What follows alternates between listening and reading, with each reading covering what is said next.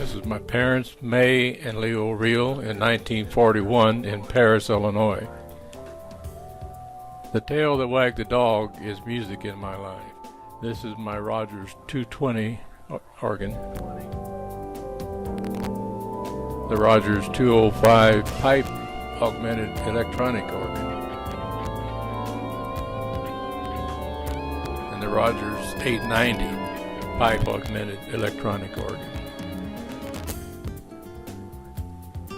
After graduation from Spring Branch High School, I attended Texas A&M University and earned a bachelor's degree in 1965 in architecture. While there, I designed the 1968 Olympic Stadium in Mexico City, and this was the site layout for that stadium. The stadium was to seat 150,000 people. By the time the Olympics came around, Uncle Sam had different plans for me, and I was in Vietnam. But this was the final design.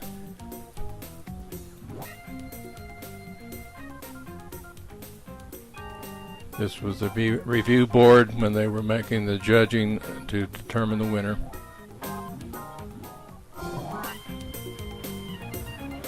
Like I said, the Navy said, "We got plans for you." So I spent 4 years in the Navy Seabees in Vietnam.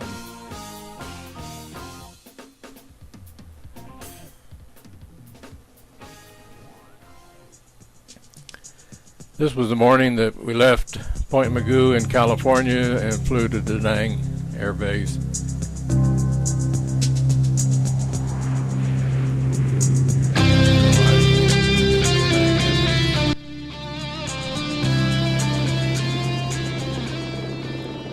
Got around in Vietnam, you drove around on muddy roads, or else you took a ride in a helicopter. And the prevalence of helicopters were everywhere. You always heard the rotary blades day and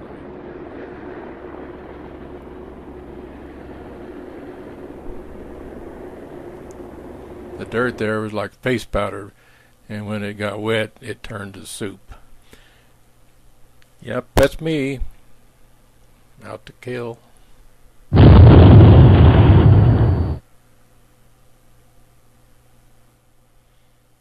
Most of the attacks we had were from the air, were rockets made in China or the Soviet Union. We were right out of the A Shau Valley in Vietnam at Camp Evans. This is a typical assault battalion organizing and taking off. We were stationed there at the 1st Cavalry, Air Cavalry base, south of Quang Tri, north of Hue. When you were wounded severely, you were medevaced either down to Cam Ranh Bay, or if serious enough, you were sent home to Hawaii and our stateside. This is the big Chinook bringing in a shot-down chopper for repair our parts.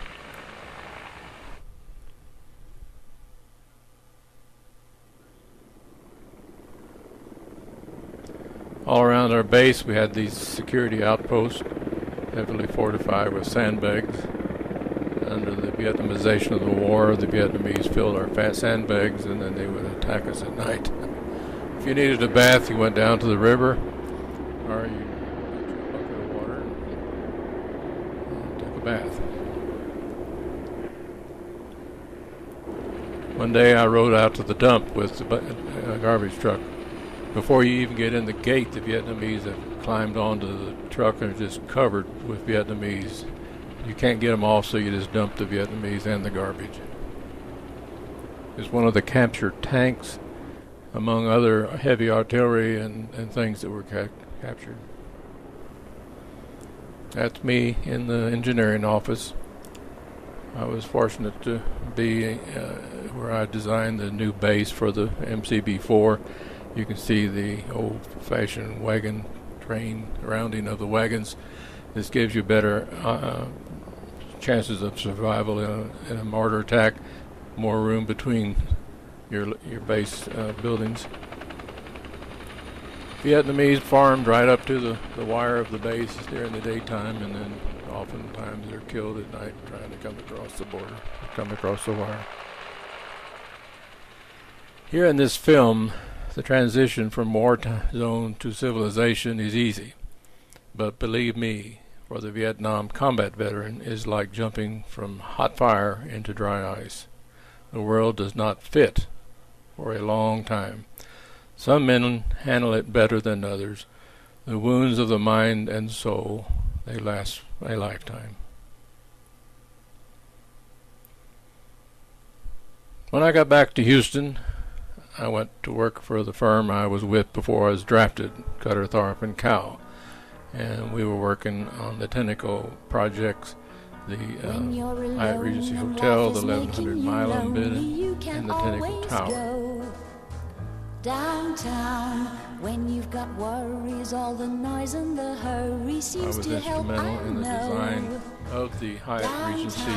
This is a hotel, 29 stories, and a parking garage with a revolving restaurant on top known as Spindletop. That's the final design of the Spindletop at the 30th floor.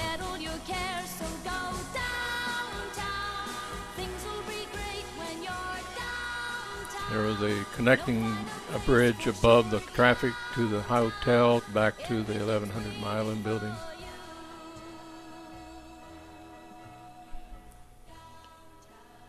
This is the east entrance to the hotel with a large colonnade and the Whistler's Walk, which is the cafe just beyond the colonnade.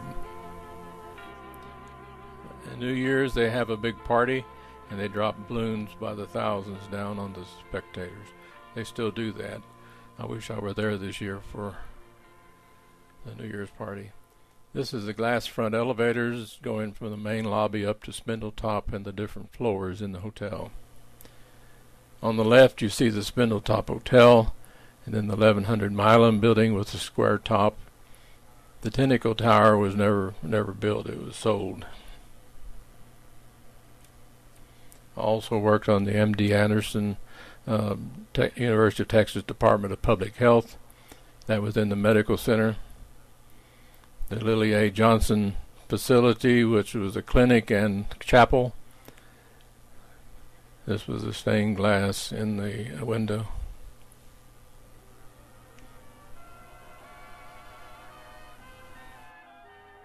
I was the the architect of record for the Sam Houston Tollway and Renovations additions, which is Beltway 8 around Houston.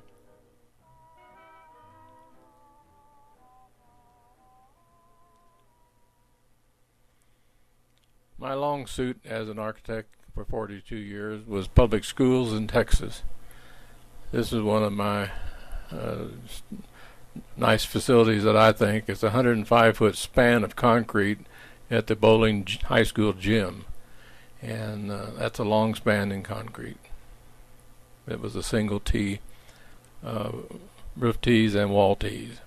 There was also shower facilities and classrooms and weight rooms and that kind of thing. We did a number of projects for the Houston Independent School District. This was Park Place Elementary east of downtown Houston. Fortunately, I was asked to be the designer and contractor for the Wharton County Veterans Memorial. We had 2 Medal of Honor winners. Roy Benavides was one.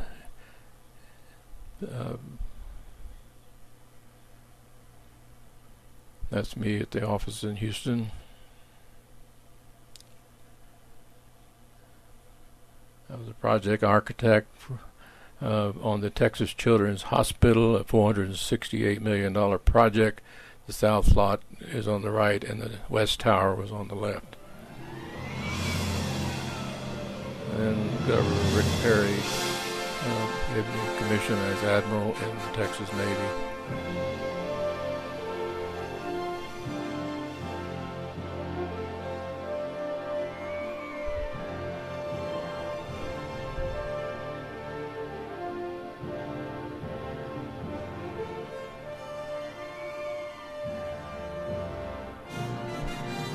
But how did I get to Wyoming? That's the question. My dad started hunting in Wyoming in 1954 with Max Wiles on the South Fork, up in the thoroughfare. He bought a place in 1974 on the lower South Fork Road. We made summer trips up here for years.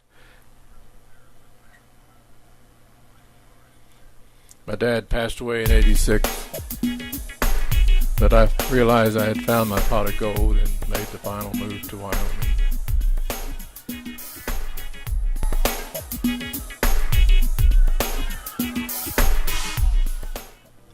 I hope to live here many years and live in the hereafter forever.